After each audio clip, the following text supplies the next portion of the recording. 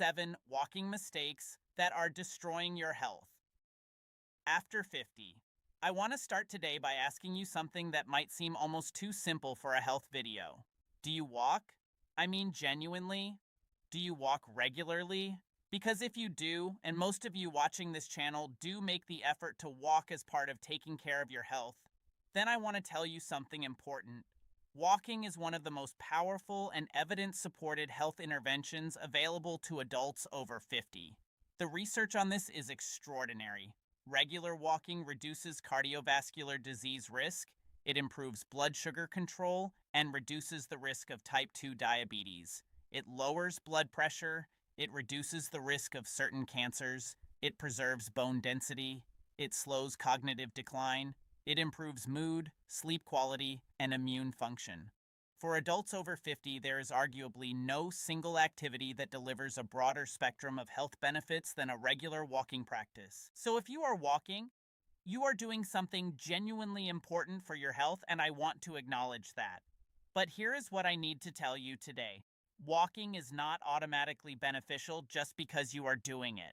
The way you walk, the specific mistakes that are extremely common in adults over 50, can not only eliminate many of the benefits of walking, but can actively cause harm. Joint damage, cardiovascular inefficiency, increased fall risk, muscle imbalances that compound over months and years. And in some cases, the walking mistakes I am going to describe today can accelerate the very health problems that walking is supposed to prevent. My name is Dr. Sienna Black. I am an internal medicine physician with over 15 years of clinical experience working with older adults. And today I am going to walk you through, no pun intended, 7 of the most common and most damaging walking mistakes that I see in my patients over 50. Not to discourage you from walking, exactly the opposite, to make sure that every step you take is working for your health rather than against it. Please stay with me for this entire video.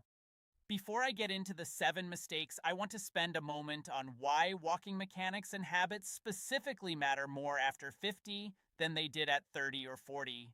And it comes back to a concept I have discussed before on this channel, the concept of physiological reserve.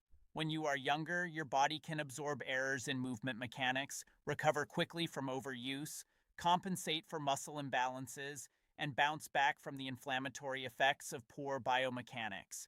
After 50, that resilience and reserve declines. Joint cartilage is thinner and less hydrated than it was, making it more vulnerable to damage from repetitive mechanical stress.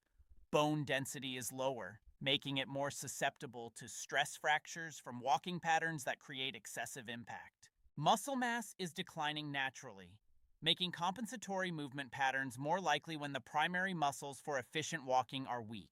The nervous system is slightly slower, making balance and proprioception less reliable and fall risk higher.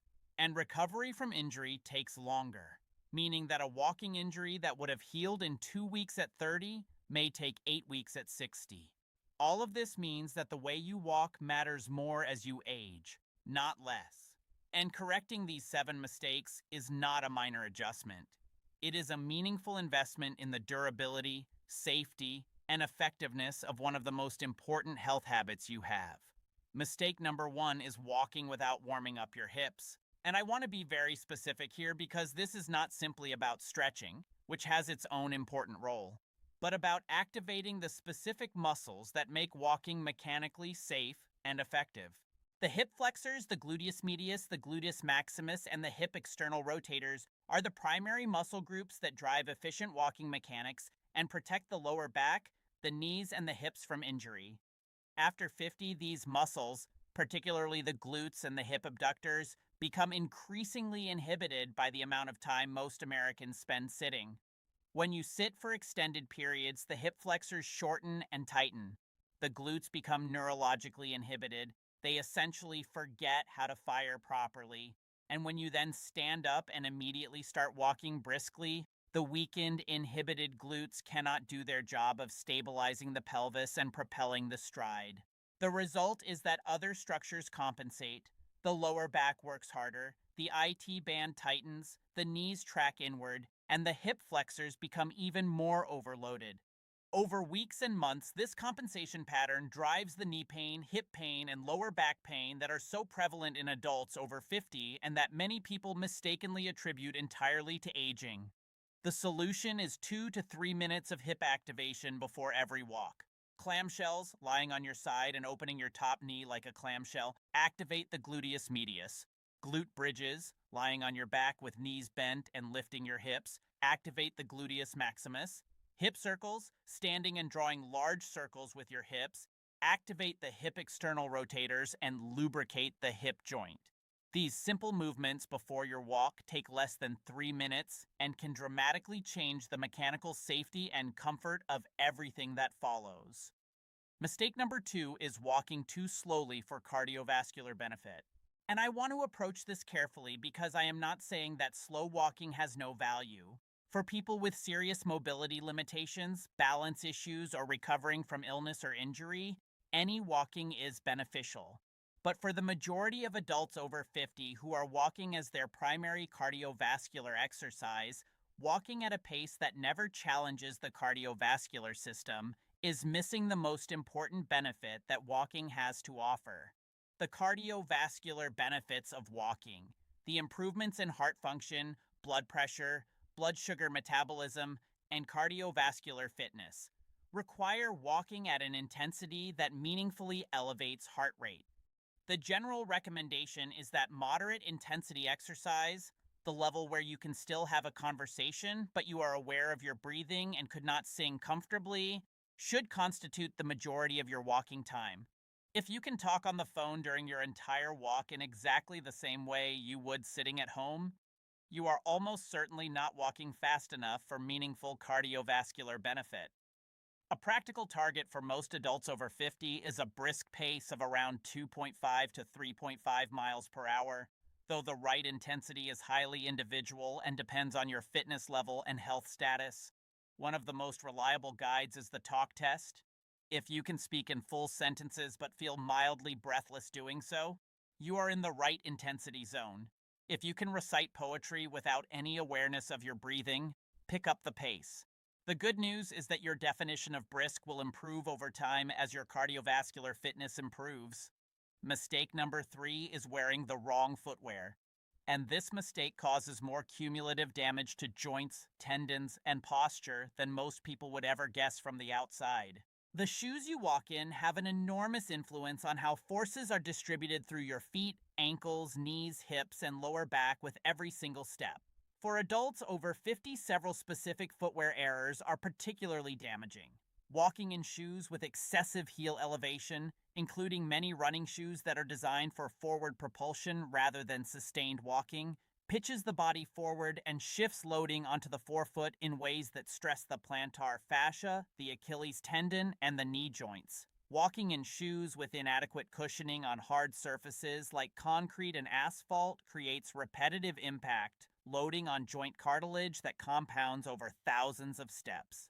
Walking in shoes with poor lateral stability increases the risk of ankle sprains and creates the side-to-side knee stress that accelerates cartilage wear. And walking in shoes that are too tight in the toe box, a problem particularly common in women who have spent decades wearing dress shoes, creates bunions, hammer toes, and altered gait mechanics that affect the entire kinetic chain from foot to lower back. A proper walking shoe for an adult over 50 should have adequate cushioning in the midsole without excessive heel elevation, a wide stable base particularly in the midfoot and heel, a toe box wide enough to allow the toes to spread naturally with each step, and enough flexibility in the forefoot to allow a natural push-off. Getting your gait and foot type properly assessed at a specialty running or walking shoe store, where trained staff can watch you walk and recommend appropriate shoes for your specific mechanics, is one of the most valuable investments you can make in the longevity of your walking practice. Mistake number 4 is ignoring posture while walking, and specifically the forward head and rounded shoulder posture that becomes increasingly common in adults over 50, and that fundamentally alters walking mechanics in ways that cause far-reaching problems. When the head is carried forward of the shoulders, which is increasingly common from years of looking at phones, computers, and televisions. It shifts the center of gravity forward and creates a compensatory flexion of the upper and lower back. This posture reduces the efficiency of the breathing mechanics during walking, compresses the cervical spine and upper back structures, reduces the counter rotation of the trunk that makes walking mechanically efficient, and significantly impairs balance by shifting the center of mass forward of the base of support. The forward head posture, combined with rounded shoulders, also reduces the arm swing that is natural and important in proper walking mechanics. Arm swing is not just aesthetically pleasing, it drives counter rotation of the trunk that propels each stride. And without it, the walking stride becomes shorter, less efficient, and more metabolically costly. The cue I give my patients for correcting walking posture is simple. Imagine a string attached to the top of your head, gently pulling you upward. Chin parallel to the ground, shoulders back and down, not forced or military, just open. Chest open. Gaze about 10 to 15 feet ahead rather than looking down at your feet. And let your arms swing naturally and freely from the shoulders, not held rigid at your sides and not crossing your midline. Checking in with this posture cue every few minutes during your walk will progressively retrain the neuromuscular patterns toward better alignment. Mistake number 5 is walking the same route at the same pace every single day without any variation. And this is one that I see constantly in my patients who have been walking for years and are frustrated that they seem to have plateaued in terms of fitness, weight, or blood sugar benefits. The human body is extraordinarily adaptive. When you perform the same activity at the same intensity repeatedly, your body becomes more efficient at it, which means it requires less metabolic effort and burns fewer calories per session.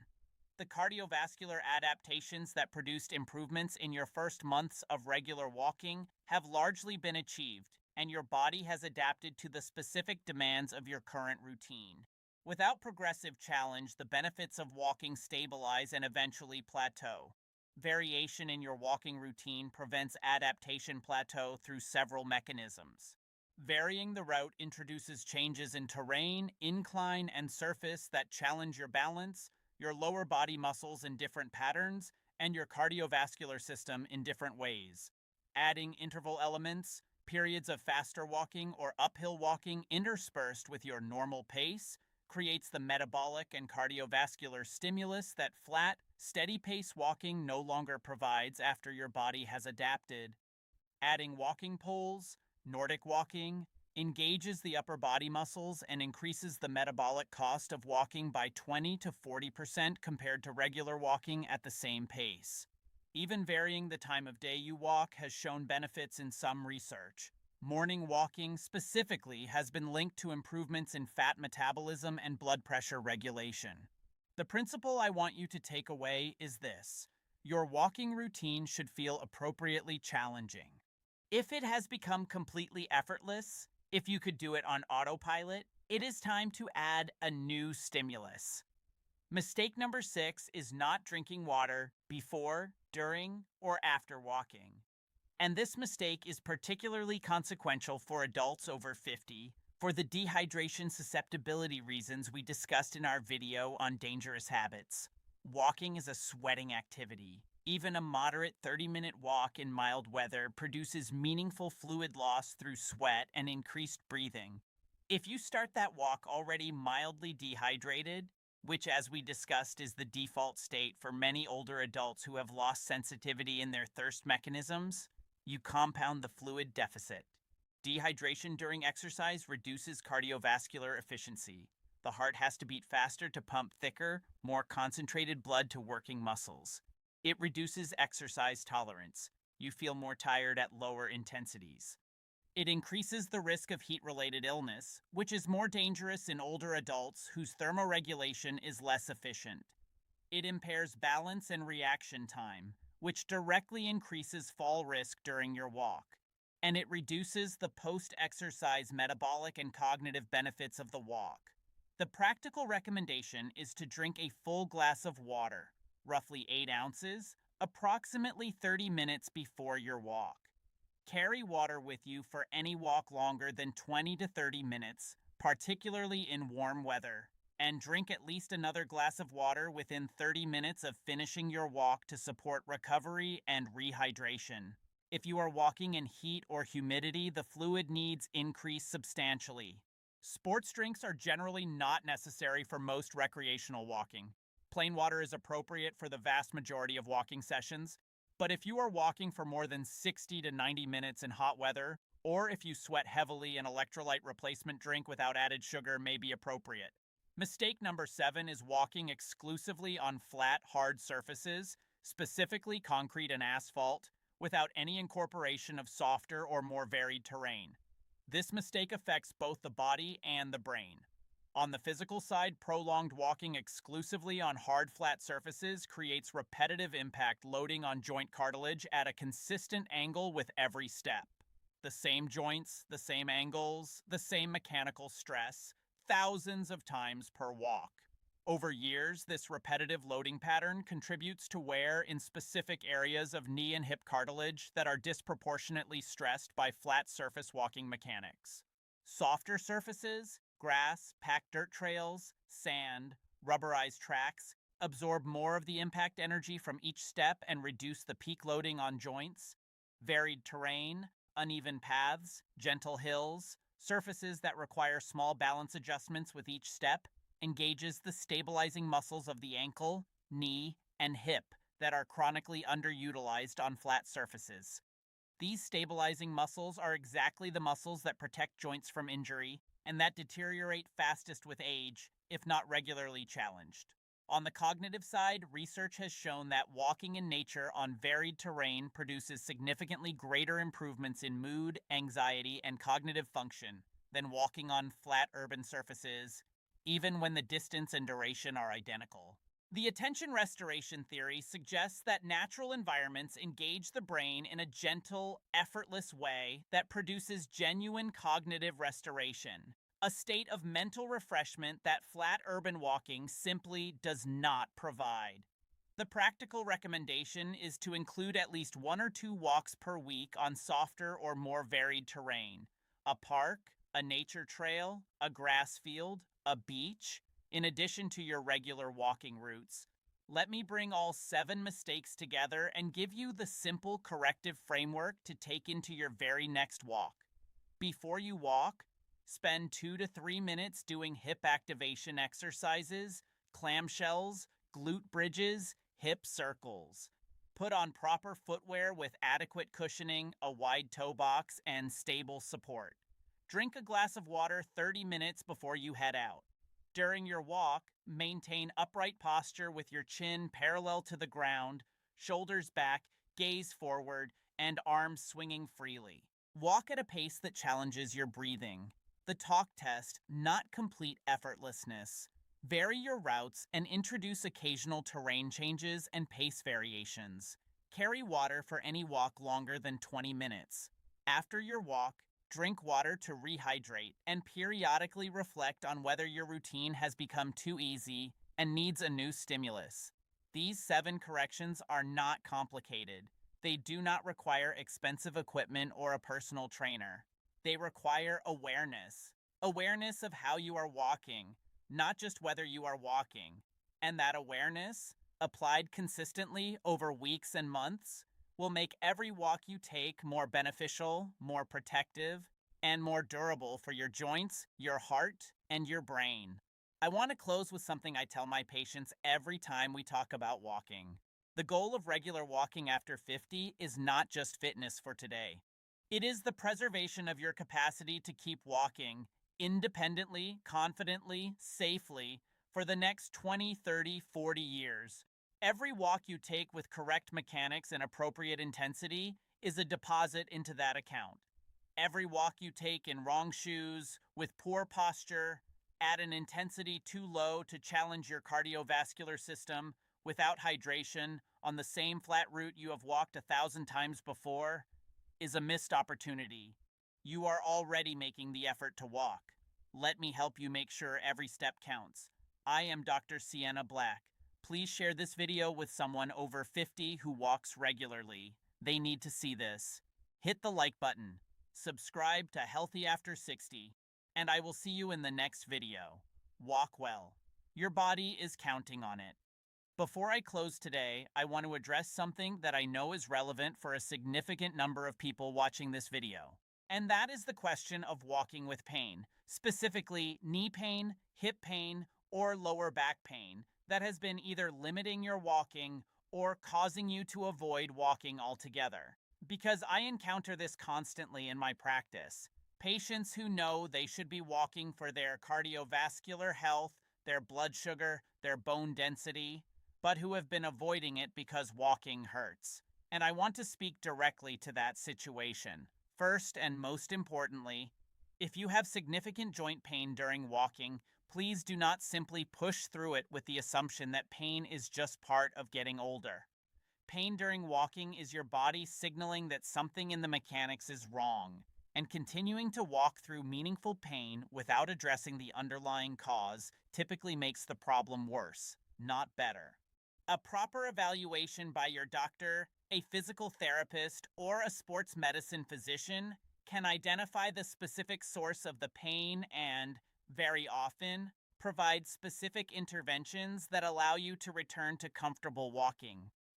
In many cases, the source of walking-related joint pain is not the joint itself, but the muscle imbalances and biomechanical errors I described in this video, particularly inadequate hip activation and poor footwear.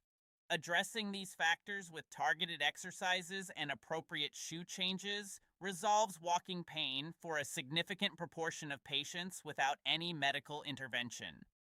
Physical therapy for walking-related joint pain has a strong evidence base and is consistently underutilized by older adults who assume that pain is simply an inevitable consequence of aging. It is not. It is often a solvable problem. Second, for those with moderate joint pain that does not fully resolve, water walking or pool walking is an extraordinary alternative that eliminates the impact loading on joints while preserving almost all of the cardiovascular, metabolic, and muscular benefits of walking. The buoyancy of water supports a significant proportion of body weight, reducing joint loading by up to 90% in chest-deep water, while resistance from the water increases the muscular effort required for each step. Many people who cannot comfortably walk on land can walk comfortably and beneficially in a pool. And third, for those with balance concerns or a history of falls who are hesitant to walk outdoors on uneven terrain, a treadmill provides the cardiovascular and metabolic benefits of walking on a flat, predictable surface where the risk of trips and falls is minimized. Handrails on a treadmill should not be used as a support for body weight. Holding the rails reduces the cardiovascular intensity and alters walking mechanics, but they can provide a reassurance of safety for people with balance concerns while they build confidence and strength. I also want to spend a moment on the question of how much walking is enough, because there is a lot of conflicting information about this, and I want to give you a clear, practical, evidence-based answer. The landmark research on walking and health outcomes has consistently shown that the greatest health benefits come from moving from completely sedentary to doing some regular walking. Even 10 minutes of brisk walking 3 times per day has been shown to produce meaningful cardiovascular improvements. The traditional goal of 10,000 steps per day, which has been widely promoted, is not based on specific medical research, but on a Japanese marketing campaign from the 1960s. More recent research suggests that around 7,000 to 8,000 steps per day is associated with the most significant reduction in all-cause mortality for adults over 60, and that benefits plateau somewhat above that level for general health outcomes. But the step count is less important than the intensity. 7,000 steps of brisk walking produces substantially greater cardiovascular benefit than 7,000 steps of slow ambling. The most practical framework I give my patients is this. Aim for at least 30 minutes of moderate intensity walking, the talk test level, on most days of the week. If 30 consecutive minutes is not currently achievable, start with 10-minute bouts and build gradually. If you are already doing 30 minutes comfortably and want to maximize your benefits, add one longer walk per week of 45 to 60 minutes, Add one interval walk per week where you alternate 2 minutes of fast walking with 2 minutes of moderate pace, and add one walk on varied terrain. This progressive framework builds cardiovascular fitness, metabolic health, bone density, and muscular strength simultaneously and sustainably. There is one more thing I want to address before I sign off completely, and that is the social and emotional dimension of walking after 50 that I believe is genuinely undervalued in most health conversations about exercise. Walking is one of the only forms of exercise that naturally lends itself to social engagement, and the research on social connection and health in older adults is among the most compelling in all of preventive medicine. Loneliness and social isolation are associated with cardiovascular disease risk comparable to smoking 15 cigarettes per day. They are strongly associated with accelerated cognitive decline, depression, and reduced immune function. Walking with a friend, a spouse, a neighbor, or a walking group addresses both the physical and the social dimensions of health simultaneously. It creates accountability. You are less likely to skip a walk when someone is expecting you. It makes the walk more enjoyable, which makes it sustainable long term. It provides cognitive stimulation through conversation, and it addresses the social isolation that is one of the most under-recognized health threats facing Americans over 60. If you currently walk alone, consider reaching out to one person in your life to join you even once a week. Many communities have walking groups specifically for older adults organized through senior centers, churches, community centers, and local parks. The health benefits of adding a social element to your walking practice are additive to the physical benefits, and for many people, the social connection becomes the reason they keep walking long after the initial health motivation has faded. I am Dr. Sienna Black.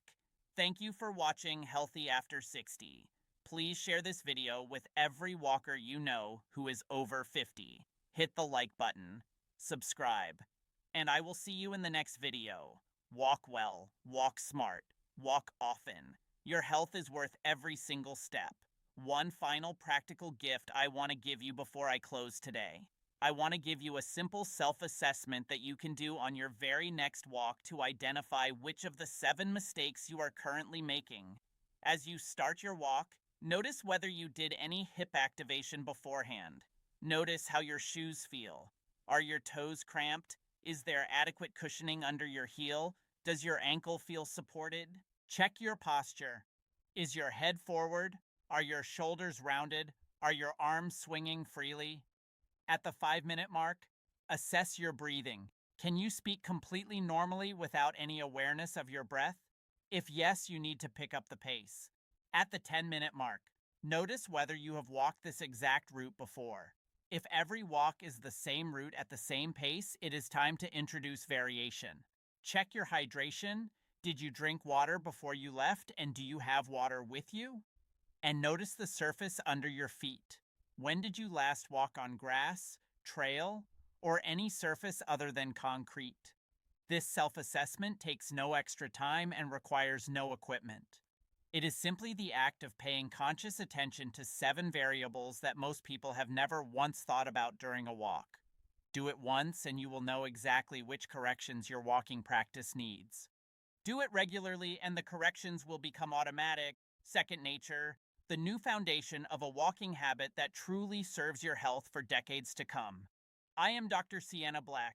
Walk well. I will see you in the next video.